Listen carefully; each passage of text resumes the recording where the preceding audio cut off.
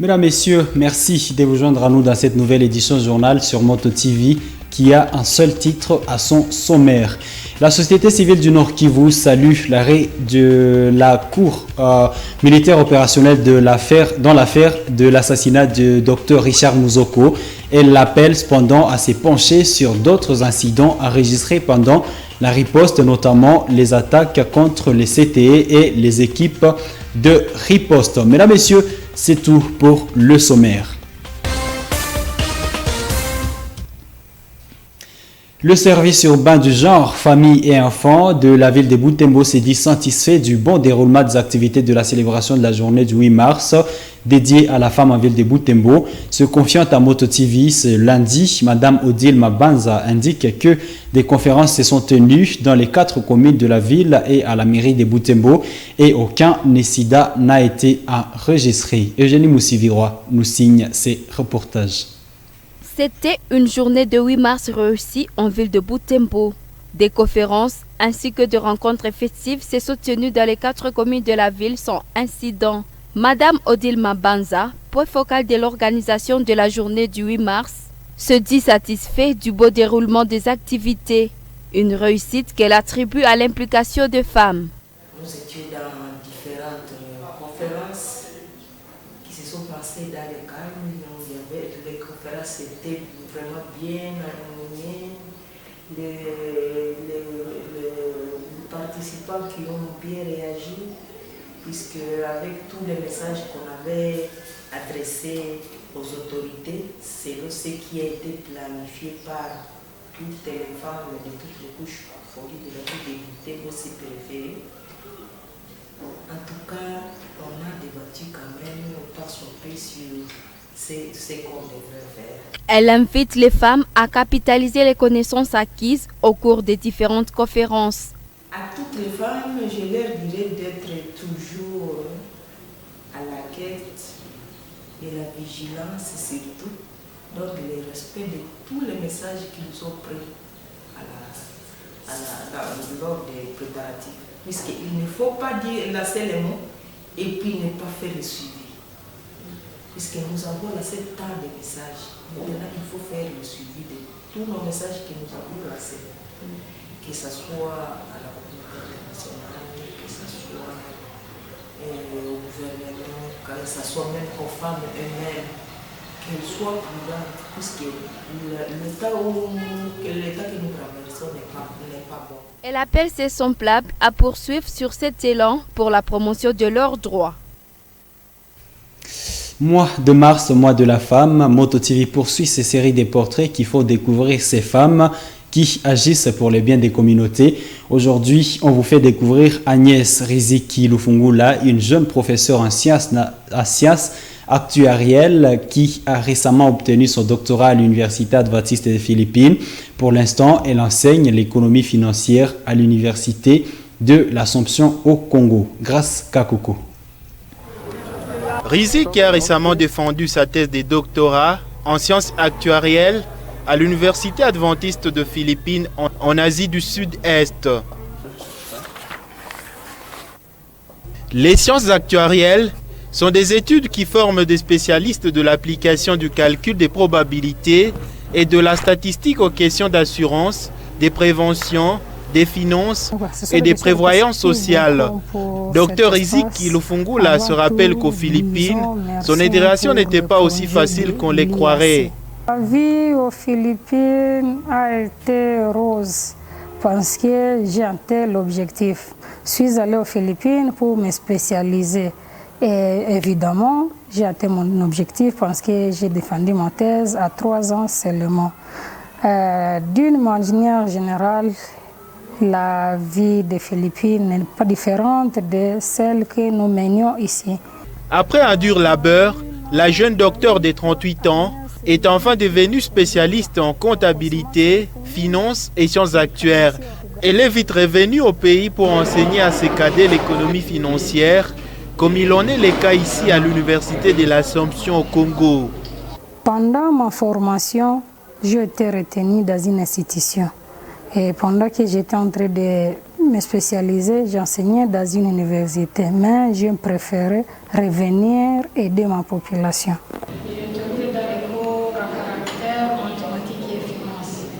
La jeune célibataire est amoureuse de la science.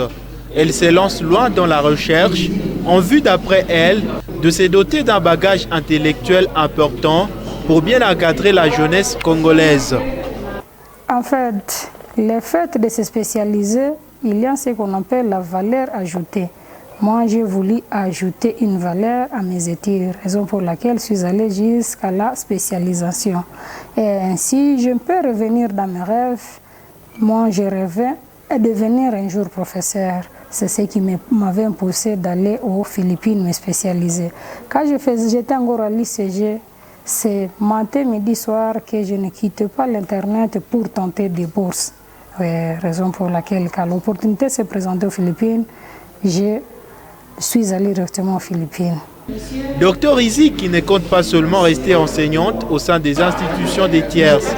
Elle rêve bâtir sa propre institution de l'enseignement supérieur et universitaire, mais aussi une structure sanitaire pour assister les nécessiteux. Mais en attendant, entre la recherche et l'enseignement, elle aime discuter avec ses étudiants ou se détendre en écoutant de la bonne musique. La société civile du Nord Kivu salue les travaux abattus par la Cour militaire opérationnelle du Nord Kivu qui a rendu lundi dernier son arrêt dans l'affaire de l'assassinat du docteur camerounais Richard Mouzoko, cet épidémiologiste de l'OMS qui a été tué en avril 2019 à pleine crise d'Ebola. La Cour a condamné 17 personnes à peine capitale, 3 autres à des peines allant de 3 à 5 ans de prison et a acquitté 5 autres personnes faute de preuves. Pour la société civile, la justice devra cependant s'intéresser à d'autres incidents enregistrés pendant la riposte.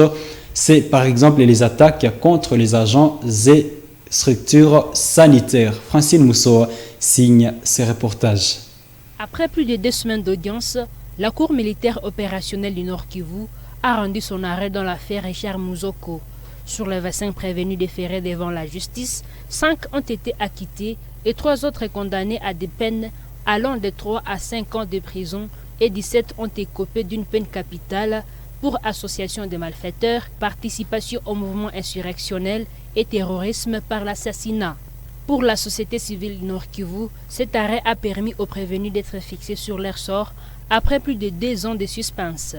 Elle appelle cependant la justice à s'intéresser à d'autres incidents enregistrés pendant la riposte. Nous avions réclamé que l'on puisse organiser les procès contre tous les incidents de la riposte. Ici, vous vous rappellerez qu'un médecin qui soignait au CTE Beni avait été tué à Kabash, et dans le territoire de Beni. On aurait souhaité, par exemple, que les audiences tiennent compte de ces crimes, parce que c'est quand même aussi un crime grave. On a tué pendant cette même période, dans le même contexte, l'infirmier titulaire de Isonga, à zone de santé de Vuovi, à chefferie de Bachou, c'est dans le territoire de Beni. Il est mort. On a tué également un citoyen de Muchanga, un traduit praticien. C'est à la zone de santé de Katwa, en ville de Butembo. Il est déjà mort. Des policiers qui avaient été tués, des véhicules incendiés, et les CTE attaqués. Il y a même certains relais communautaires qui ont perdu leur maison parce que les maisons avaient été incendiées. Donc si vous pouvez organiser un procès équitable, on allait prendre en compte tous ces éléments. Nous voudrions que l'on fasse la documentation de tous les incidents au cours de la 10e épidémie et que les coupables répondent de leurs actes et que les victimes trouvent également réparation. L'arrêt de la Cour militaire opérationnelle est venu mettre un terme au feuilleton judiciaire portant sur un fait qui avait agité la ville de Butembo en pleine crise d'Ebola.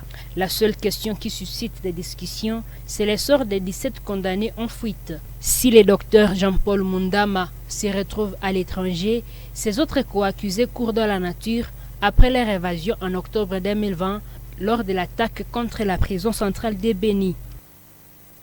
Justice nationale, le procès pour les détournements présumés des fonds de la gratuité de l'EPST et au CECOP s'est poursuivi ce mardi 9 mars à Kinshasa, prison centrale de Makala. Les audiences du jour ont consisté à la poursuite des instructions avec à la barre le directeur du service et contrôle du personnel enseignant qui était dispensé des débats à l'ouverture du procès vendredi 5 mars dernier. Les avocats du prévenu ont essayé d'expliquer à la cour l'innocence de leurs clients en enregistrant les contenus du procès verbal dressé par l'inspecteur général des finances, IGF en sigle, qui l'accuse d'avoir engagé des agents fictifs. À Butembo, plus de 3 ponts jetés sur la rivière Kimemi dans la vallée entre Kitulu et Kiinga n'existaient plus. Ces ponts reliant la commune à Mususa et Bulengera ont cédé l'un après l'autre suite à des érosions et pluies diluviennes. Les usagers de ces ponts dénoncent l'insouciance des autorités locales. Grace Kaniki a été là pour ce constat. Voici son reportage. Ici, en cellule Kalongolero du quartier Vunki, il n'y a plus de pont pour relier Kitulu et Kihinka. Et pour qui était jeté à cet endroit, près de l'Institut Monseigneur Harry Pierrard, a cédé la nuit du 3 mars dernier, emporté par les eaux des pluies. Dès lors, certains élèves et écoliers sont obligés d'effectuer un contour jusqu'au pont Mawilinga, situé à environ 2 km avant d'accéder à leur école. D'autres, pour éviter le retard au cours, traversent les eaux de la rivière Kimemi pour raccourcir la distance. Kambale Kavuno, proviseur à l'Institut Monseigneur Harry Pierrard, crée pour les dangers que courent les enfants en se risquant dans la rivière. Les dangers que nous courons actuellement, c'est les dangers du pont. Depuis le 3 mars, le pont a cédé, la passerelle n'existe plus. C'était suite à la pluie diluvienne qui s'est abattue sur la ville de Butembo la nuit. Alors, nous avons porté une sorte d'alarme auprès de l'autorité, mais cela n'a pas fait écho vraiment favorable. C'est pourquoi les enfants commencent même à traverser à travers la rivière et nous ne savons pas quel risque vraiment pour ces enfants-là. La situation est préoccupante dans cette vallée qui sépare la commune Mususa à celle de Bulengera. Sur une distance d'environ 4 km, environ 4 ponts qui étaient jetés sur la rivière Kimemi au CD, les uns emportés par les érosions, d'autres par les eaux des pluies. Ce qui affecte le trafic dans plus de 4 cellules du quartier Vunki, à savoir Kalongolero Butanga, Mulekia Mulemberi et Vunki A. Ici, le pont d'Adi a cédé il y a plus de 3 ans. Les habitants se lamentent et dénoncent les souciances des autorités. Cet état de délabrement nous fait mal. Les élèves ne savent plus accéder facilement à leur école parce qu'il n'y a plus de pont depuis Makoka jusqu'au pont 5-5. Les autorités pouvaient nous aider à construire ne fût-ce qu'un pont pour que nous ayons un endroit où traverser.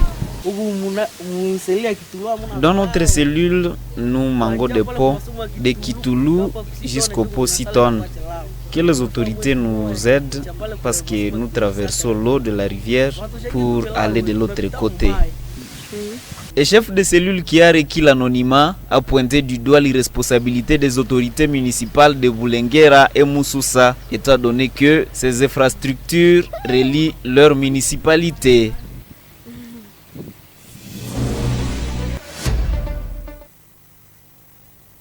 Début de la phase retour des 8e de finale de la Ligue des champions de l'UEFA. Ce mardi 9 mars à 22h, le Borussia Dortmund recevra le FC Séville battu à l'aller par 2-3. À la même heure en Italie, la Juventus de Turin, gagnée au Portugal par 1-2, accueillera le FC Porto de Chancel Mbemba du Portugal. En Afrique, la CAF a décidé d'annuler la CAN U17 à 5 jours de son coup d'envoi. Cette décision fait suite à la situation sanitaire précaire que traverse le Maroc, initialement prévue pour accueillir cette fête depuis quelques mois. Réuni l'après-midi du lundi 8 mars, le comité d'urgence de la Confédération africaine de football, CAF en sigle, a pris cette décision à la demande des autorités du Maroc qui sont en incapacité de contenir cette maladie. Un report ou une délocalisation vers un autre pays avait été envisagé au cours de cette réunion, mais ces alternatives n'ont pas été finalement sélectionnées parce que voilà, les raisons ont été si haut évoquées. Pour rappel, la Coupe du Monde des moins de 17 ans a été aussi annulée par la FIFA. Mesdames, Messieurs, c'est donc cette page sportive qui nous conduit à la fin de cette édition de journal sur Moto TV. Merci à vous toutes et à vous tous qui l'avez suivi. Au revoir et bonne soirée chez vous.